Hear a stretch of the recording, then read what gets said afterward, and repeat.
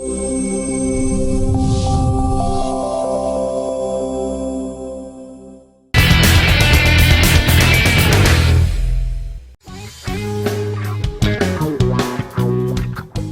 o programa de hoje é sobre joelho. Você já teve dor nessa região tão importante aí do nosso corpo? Pois é. Há 3 anos atrás, quando eu tive a minha segunda filha, eu parei de fazer exercício. A minha vida inteira, muito regrada, muito exercício, uma musculatura bem fortalecida. Aí eu engravidei, aí veio aquela preguiça e nada de voltar para o exercício. Começo esse ano, eu falei, não, eu ter que voltar para o exercício. E aí eu comecei a fazer algumas aulas. E essas aulas estavam um pouco mais puxadas do que o meu corpo conseguiria absorver, né, essa sobrecarga. O que aconteceu? Dor no joelho esquerdo. Então, de um dia para o outro, eu não consegui esticar minha perna. Aí o que eu pensei? Bom, procurar, né, uma pessoa capacitada, um especialista, e aí para estar diagnosticando do que viria a ser essa dor. Procurei um médico, ele pediu exames complementares para realmente falar o que era, se era uma lesão ou não. E aí, então, foi diagnosticado como uma condromalácia patelar. E agora, o que eu posso fazer após esse diagnóstico, já que eu estou sem dor? E como entender a estrutura articular do nosso joelho? Quem vai explicar um pouquinho melhor o que vem a ser a articulação do nosso joelho é o professor Walter Brighetti.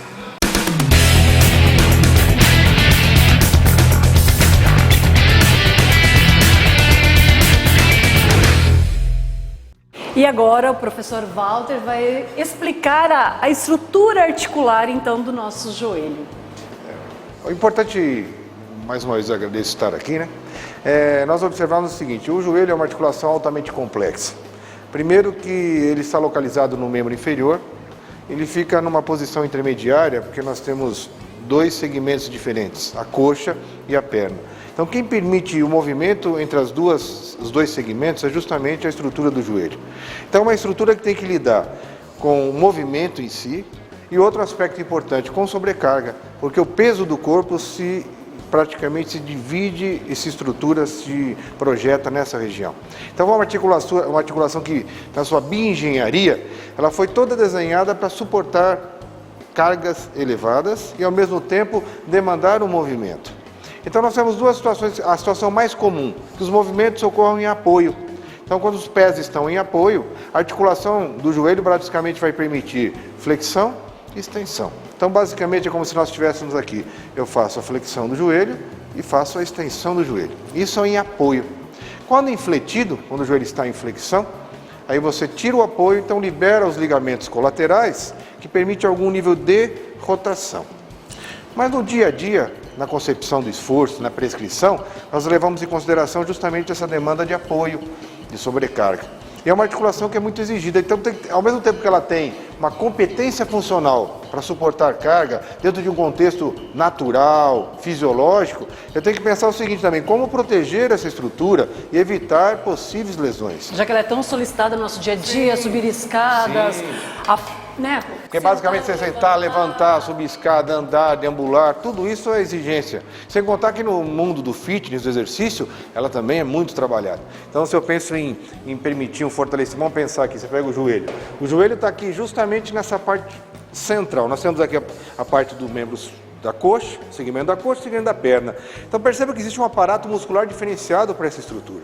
Então nós temos uma musculatura anterior, que é a musculatura do quadríceps, que inclusive é importante, um dos músculos mais potentes que nós temos do corpo humano, que é o reto femoral, que cruza, é uma estrutura de articulação de músculos que vão compor uma única inserção distal, que vai cruzar o joelho e se inserir aqui na tuberosidade da tíbia, bem aqui na frente, bem anterior. Então nós temos assim um grupamento muscular diferenciado para permitir um movimento próprio de extensão e, ao mesmo tempo, nós temos um outro aparato fundamental que é um osso localizado dentro do tendão, que a gente chama patela. Então a patela, você vê que interessante, a hora que você observa a articulação do joelho, ela tem sua principal junção, a extremidade distal do fêmur com a tíbia, Então você perceba, o interessante é observar que existe uma superfície bem arredondada, que são os côndilos do fêmur, se apoiando num platô, que é a tíbia. Então a tíbia tem um platô, aqui embaixo, bem estruturado, e desse platô eu tenho que estabilizar uma estrutura arredondada num platô plano. Então percebam, além do peso, além dessa estrutura muscular que está aderente à estrutura, ligamentos colaterais, ligamentos centrais, que são os cruzados, muito complexa. Eu tenho que estabelecer uma garantia de estabilidade tanto para movimentos anteroposteriores como no laterolaterais. Porque quando você se movimenta à direita, à esquerda, o joelho, eu tenho o movimento do joelho para, olha que interessante, para cá, olha o ligamento, para lá, para cá, eu solicito esse reforço, porque o ligamento na verdade é uma unidade de reforço e estabilização. Então em ambos os lados nós temos aquela lateralidade. Para que servem esses ligamentos colaterais, o tibial e o fibular? Para evitar que o joelho se desloque no sentido látero. E o ligamento cruzado anterior e posterior é a garantia da estabilidade do joelho não se deslocar anteroposteriormente. Então perceba, eu gerei um complexo de ligamentos que geram uma estabilidade. Além disso, eu não posso esquecer que essa articulação é uma articulação tipo sinovial. O que significa isso? Ela é toda encapsulada. Então existe uma grande cápsula aqui, com exceção da parte anterior, que envolve essa região. Então, estabilizar o ambiente. Então existe um ambiente intracapsular, dentro do ambiente do joelho, que nós vamos encontrar os meniscos, aqui, que justamente aqui, olha que bacana, essa aqui é uma peça verdadeira.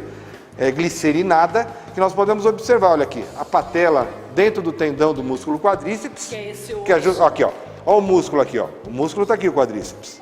Então perceba que nós estamos observando ali o final, fizemos uma secção transversa do tendão, chamado tendão do músculo quadríceps, rebatemos, e aí para encontrarmos dentro do tendão a patela, a patela fica dentro do tendão. Inclusive aqui é uma estrutura que é cartilaginosa, e que é um pouquinho mais vulnerável. Então perceba, onde ela vai se deslocar? Aqui embaixo, olha aqui, existe uma fossa patelar, e que nós temos aqui o deslocamento da patela no joelho. Essa patela é para estabilizar o joelho em movimentos. Então ela dá uma garantia, como se fosse um pivô de estabilização.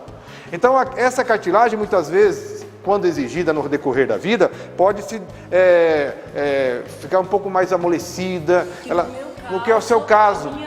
Se deu justamente nessa face, que é uma cartilagem, que ela já apresentou uma certa fissura, e que já, de certa forma, essa dor referente já não é da cartilagem, já é alguma coisa vinculada à parte óssea, e que já está gerando alguma limitação para a sua prática do exercício.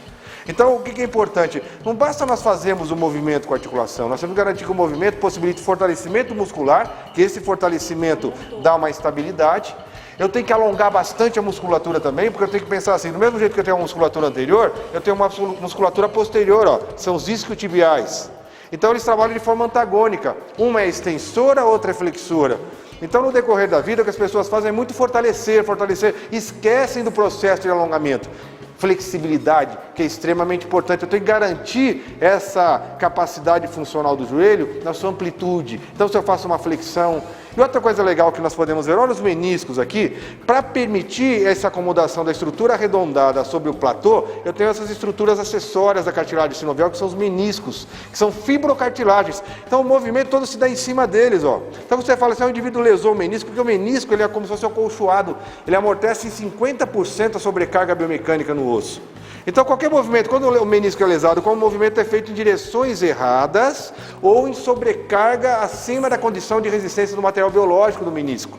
Então tudo isso tem que ser considerado quando você vai prescrever exercício. Não é prescrever por prescrever, tem que observar a faixa etária, a condição funcional da articulação e buscar o fortalecimento associado ao alongamento, o que vai garantir com isso uma longevidade. Essa articulação anatomicamente ela é feita para 150, 200 anos, desde que eu permita o movimento correto, o eixo correto, o padrão de movimento correto. Isso o profissional de educação física tem que levar em consideração sempre.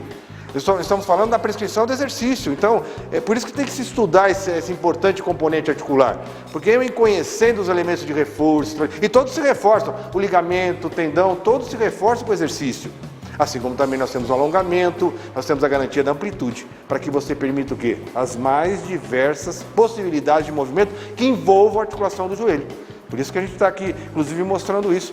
que inclusive é uma articulação com altíssimo índice de lesão. E pessoas muito precocemente abdicam às vezes do esporte, abdicam da prática do exercício por problemas de joelho. Mulheres têm uma chance maior de lesionar? Sim, até porque a mulher tem um aparato muscular inferior ao homem. Então, de certa forma, você fala, mas a demanda biomecânica é semelhante, mas só que ela tem que se cuidar ainda mais. Ela tem que fortalecer esses grupamentos musculares, tem que alongar, e ela tem uma fragilidade maior dessas cartilagens, então que pode levar a uma degeneração, uma fissura, uma capacidade de absorção de impacto nem sempre tão competente para assimilar cargas. Hoje tem muita gente correndo, muita gente fazendo exercício e tem que saber gerenciar essa sobrecarga. Eu tenho que preparar o aparato biomecânico para ele receber esse processo contínuo, porque o treinamento de corrida ele é contínuo, o impacto é contínuo. Isso não é para 1 ano, 2, é 1 ano, 2, 10, 20 anos. E as pessoas estão vivendo cada vez mais e precisam ter essa articulação preservada, né? Então, acho que...